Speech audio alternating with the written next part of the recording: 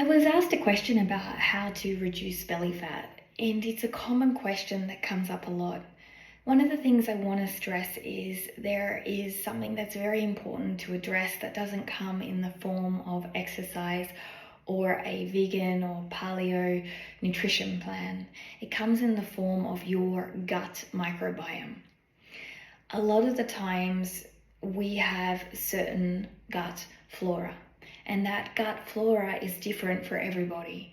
So for example, those that are like me that suffer eczema, it comes and links a lot with a disbalance of the flora of the gut. That can mean things like wheat, gluten, alcohol, sugars. If you are more sensitive, will be highly likely to affect you. Then there are other people that are gluten intolerant, which can also link into fructose intolerant. Therefore, things that we know as healthy, such as garlic, onion, apples that are high in fructose can be very irritating. These are some of the things that can occur. For me also, I find processing, as my mother does and my daughter does, high fat content very, very difficult. So if I have something that is dairy high in fat, or that is oily high in fat, if I eat too much of it, I can feel quite unwell. Now, that's why I tell you this, is because we need to know our gut flora, how our body reacts to certain things in nutrition. I have friends that can eat absolutely everything and stay slim and also stay healthy, and they can drink to their heart's content and all of those things. The point is to understand that we are different, and you need to realize that part of that trying to be healthy is not about gaining a six-pack, but it's about feeling well inside. And when you feel well inside, generally your body on the external world will start to transpire into the things that you want and or are more towards your goals. There is no spot training you can do on your stomach. You can lift weights, so the older you get, the more important it is to lift weights. We lose bone density, muscle mass, and weightlifting helps.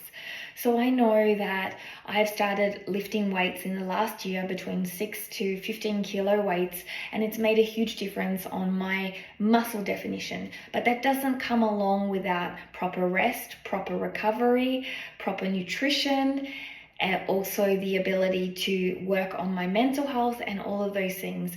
So when someone asks a question like this, the question you really want to ask is these questions. What are you doing for your nutrition, and how is it feeling in your body? Is it reacting well to you? Do you feel bloated after some foods, or do you feel unwell or extra tired after some foods?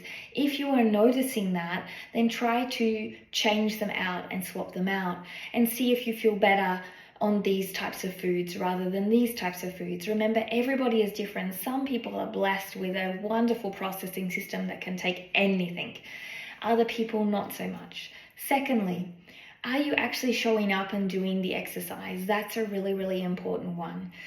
This will help you to be able to tone up, and doing weightlifting will really, really help.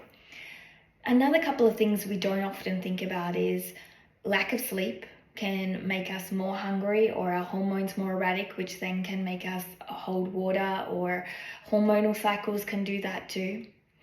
We also do not think about how much water we take. If we don't have enough water, we can also bloat. And if we don't have enough fiber, we can't push the food through. That's really, really important to understand this as well. And another thing is, if you are a drinker of alcohol, alcohol tends to bloat our system. And the older we get, the more it shows that. So my grandmother loved a brandy at 5 in the afternoon, her happy hour when she was around. And she was tinier than me, but she had a little pot and a little bit of a chin, firstly because of age, and secondly because alcohol does tend to do that. And I still have a glass of wine, but I notice when I have a glass of wine that if I have too much, I do feel less hydrated and more bloated, but I also feel a lot of fatigue and my training is not as good. So when I tend to have social situations, I make sure that I understand if I'm training the next day, which is 9 times out of 10 I am, that I'm not going to have the best training or the best day. If I choose to eat foods like ice cream, for example, I know that my body is going to react. I love ice cream and sometimes I will have it with my daughter, but dairy is not my most compatible product since I was a child. And so when I have that, I know that my body's definition and the way that I feel in fatigue is going to be fatiguing and a little bit bloated. So again, there is no answer that you specifically can, but there is things that you can do to address and look at your body and things that you're doing. Rest, rehydration, the amount of alcohol content, what type of food you're putting in. Are you doing your exercise and or are you doing some lifting of weights? Are you actively de-stressing? All of these things contribute to a healthier internal world, which contributes to the healthier, more toned external world. Namaste.